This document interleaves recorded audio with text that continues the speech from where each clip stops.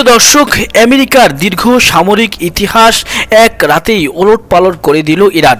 মধ্যপ্রাচ্যের বুকে এমন এক ভয়াবহ রুদ্ধশ্বাস আর ভয়ঙ্কর রাত এর আগে কখনোই দেখেনি খোদ ট্রাম্প প্রশাসন। সামরিক যুদ্ধবিরতির চুক্তি শেষ হতে না হতেই কোন চরম রণমূর্তি ধারণ করল ইরান।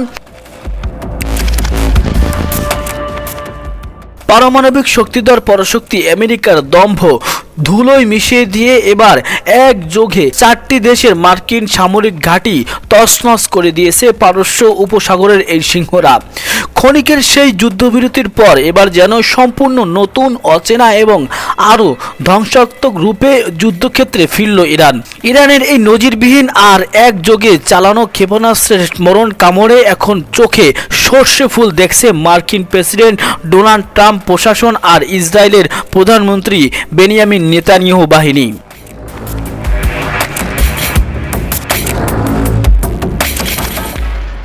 সামরিক বিশ্লেষকরা বলছেন, ইরানের মাটির নিচে শত শত কিলোমিটার বিস্তৃত গোপন আন্ডারগ্রাউন্ড মিসাইল সিটি বা পাতাল অস্ত্রাগার থেকে এবার বের হয়ে আসছে এমন সব অত্যাধুনিক প্রযুক্তির ড্রোন আর হাইপারসনিক মিসাইল, যা দেখে রীতিমতো বুকে কাঁপন ধরে গেছে মার্কিন প্রশাসন আর তাদের পশ্চিমা মিত্র দেশগুলোর। আমেরিকার তৈরি কোটি কোটি ডলারের ব্যালিস্টিক মিসাইল ডিফেন্স সিস্টেমকে এক নিমিষেই খেলনা বানিয়ে আকাশে ফাঁকি দিচ্ছে ইরানের এই নতুন মারণাস্ত্রগুলো। ইতিহাসের এমন এক ভয়াবহ ও কঠিন সামরিক পরিস্থিতির মুখোমুখি এর আগে কখনোই হতে হয়নি ওয়াশিংটনকে। এরই মধ্যে জর্ডান, কুয়েত, বাহরাইন এবং খোদ সৌদি আরবের মাটিতে থাকা সুরক্ষিত ও দুর্ভেদ্য মার্কিন ঘাঁটিতে নিখুঁত নিশানা হেনে খোদ পেন্টাগনের ভিত নাড়িয়ে দিয়েছে ইরানের ইসলামী রেভলিউশন গার্ড বাহিনী বা IRGC।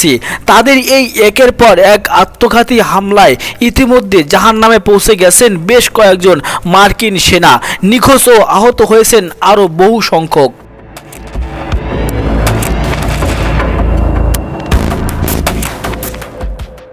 দর্শক, ইরান এই যুদ্ধবিরতির সময় গোপনে কোন কোন মারণাস্ত্র তৈরি করেছে, কেন মার্কিন রাডারগুলো ইরানের হামলা ঠেকাতে ব্যর্থ হচ্ছে, এর পিছনে কি এমন গোপন রহস্য রয়েছে। গত জুন মাসে আন্তর্জাতিক মধ্যস্থতায় মধ্যপ্রাচ্যের যে সাময়িক যুদ্ধবিরতি হয়েছিল তা স্থায়ী রূপ নেয়নি। অভিযোগ উঠেছে মার্কিন প্রশাসন ও ইসরায়েল গোপনে ইরানের মিত্রদের উপর বিমান হামলা অব্যাহত রাখায় এই চুক্তি আনুষ্ঠানিকভাবে ভেস্তে যায়। আর চুক্তি ভাঙার পর ইরান এবার আর কোনো প্রক্সি বা মিলিশিয়া বাহিনীকে সামনে রাখেনি, বরং সরাসরি নিজেদের রেভলিউশন গার্ডকে দিয়েই অপারেশন শুরু করেছে। সবচেয়ে বড় এবং ঐতিহাসিক ধাক্কাটি এসেছে জর্ডানের আল আসকার মরুভূমিতে অবস্থিত অত্যন্ত সুরক্ষিত মার্কিন মোয়াফাক সালতি বিমান ঘাঁটিকে লক্ষ্য করে ইরান ঝাঁকে ঝাঁকে আত্মঘাতী ড্রোন ও ব্যালিস্টিক ক্ষেপণাস্ত্র নিক্ষেপ করে। এই ঘাঁটিটি মূলত এই অঞ্চলে মার্কিন যুদ্ধবিমান এবং ড্রোন অপারেশনের প্রধান কেন্দ্র ছিল। মার্কিন সেন্ট্রাল কমান্ড বা সেন্টাকম অত্যন্ত গোপনীয়তার সাথে স্বীকার করতে বাধ্য হয়েছে যে ইরানের ক্ষেপণাস্ত্রগুলো তাদের আকাশ প্রতিরক্ষা বাহক ব্যালিস্টিককে পুরোপুরি ধোঁকা দিয়ে সরাসরি ঘাঁটির ভেতরের ব্যারাকি ও বিমান রাখার হাঙ্কারে আঘাত হানে।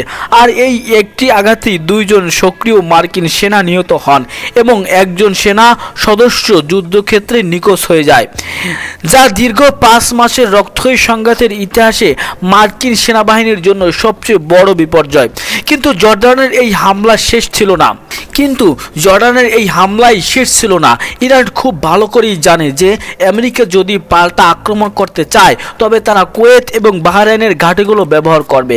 তাই ইরান একযোগে মধ্যপ্রাচ্যের আরও 3টি দেশে মার্কিন সামরিক স্থাপনাগুলোকে টার্গেট করে। কুয়েতে অবস্থিত এই ঘাঁটিটি হলো পুরো মধ্যপ্রাচ্যে মার্কিন সেনাবাহিনীর সবচেয়ে বড় রসদ ও অস্ত্র সরবরাহের হাব। ইরান তাদের নতুন প্রযুক্তির ফাত্তাহ হাইপারসনিক মিসাইল দিয়ে এই ক্যাম্পের প্রধান সামরিক কমান্ড সেন্টারে আঘাত হানে।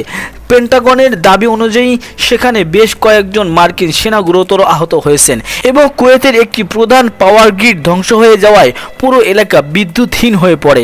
আগুন নেভাতে গিয়ে কুয়েতি ফায়ার ফাইটাররাও মারাত্মকভাবে জখম হয়েছেন। অন্যদিকে বাহরাইনে মার্কিন নৌবাহিনীর 5ম নৌবহরের সদর দপ্তর অবস্থিত। ইরান বাহরাইনের এই প্রধান বিমান ঘাঁটিটির রাডার স্টেশন এবং মার্কিন গোয়েন্দা তথ্য কেন্দ্রটিকে লক্ষ্য করে ড্রোন হামলা চালায়। হামলায় তীব্র তীব্রতা এতটাই মারাত্মক ছিল যে আমেরিকার তৈরি কোনো সুরক্ষা কবচই সেখানে কাজ করেনি। কয়েক ঘন্টার জন্য পুরো ঘাঁটির যোগাযোগ ব্যবস্থা অচল হয়ে পড়ে এবং মার্কিন যুদ্ধবিমানগুলো উড্ডয়নের আগে রানওয়ে ক্ষতিগ্রস্ত হয়। সবচেয়ে বড় চমকটি ছিল সৌদি আরবে। গত 4 মাসের মধ্যে এই প্রথম সৌদি আরবের মাটিতে অবস্থিত একটি কৌশলগত মার্কিন সামরিক ঘাঁটিতে ইরান সরাসরি ব্যালিস্টিক ক্ষেপণাস্ত্র নিক্ষেপ করেছে। এই হামলার পর পুরো ওয়াশিংটনে এক জরুরি রেড অ্যালার্ট জারি করা হয়েছে, কারণ আমেরিকার ইতিহাসে কোনো দেশ এভাবে সরাসরি তাদের উপর চারদিক থেকে চড়াও হয়নি।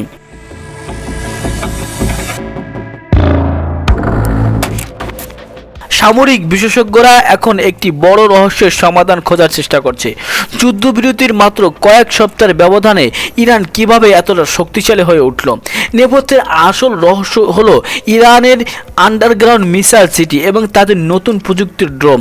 ইরান এবার যুদ্ধে ব্যবহার করছে শহীদ 238 নামক জেট ইঞ্জিন চালিত নতুন ড্রোন। এই ড্রোনগুলো প্রচলিত প্রোপেলার ড্রোনের চেয়ে 3 গুণ বেশি গতিসম্পন্ন এবং এগুলোকে রাডারে ধরা প্রায় অসম্ভব। আর এর সাথে যুক্ত হয়েছে ইরানের নতুন ক্রুজ মিসাইল, যা একদম মাটির কাছাকাছি বা সমুদ্রপৃষ্ঠের উপর দিয়ে উড়ে গিয়ে রাডারের চোখ ফাঁকি দিয়ে টার্গেটে আঘাত হানতে সক্ষম। ট্রাম্প প্রশাসন যেখানে ভেবেছিল কঠোর অর্থনৈতিক নিষেধাজ্ঞার মাধ্যমে ইরানকে দুর্বল করা গেছে, সেখানে ইরান নিজেদের সম্পূর্ণ দেশীয় প্রযুক্তিতে তৈরি গোপন অস্ত্রাগার দিয়ে ওয়াশিংটনকে মোক্ষম জবাব দিচ্ছে। দর্শক, মধ্যপ্রাচ্যের এই সংঘাত এখন আর কোনো আঞ্চলিক যুদ্ধ নেই। এটি এখন আমেরিকার বিশ্বব্যাপী সামরিক আধিপত্য বনাম ইরানের জাতীয় সার্বভৌমত্ব ও আত্মরক্ষার এক মরণপণ লড়াইয়ের রূপ নিয়েছে। একদিকে মার্কিন বিমান বাহিনী বিগত 7 রাত ধরে ইরানের অভ্যন্তরে প্রতিষেধকমূলক বিমান হামলা চালাচ্ছে। অন্যদিকে ইরান স্পষ্ট জানিয়েছে, আমেরিকা যদি এই অঞ্চল থেকে তাদের ঘাঁটি গুটিয়ে না নেয় তবে আরও বড় চমক অপেক্ষা করছে তাদের জন্য।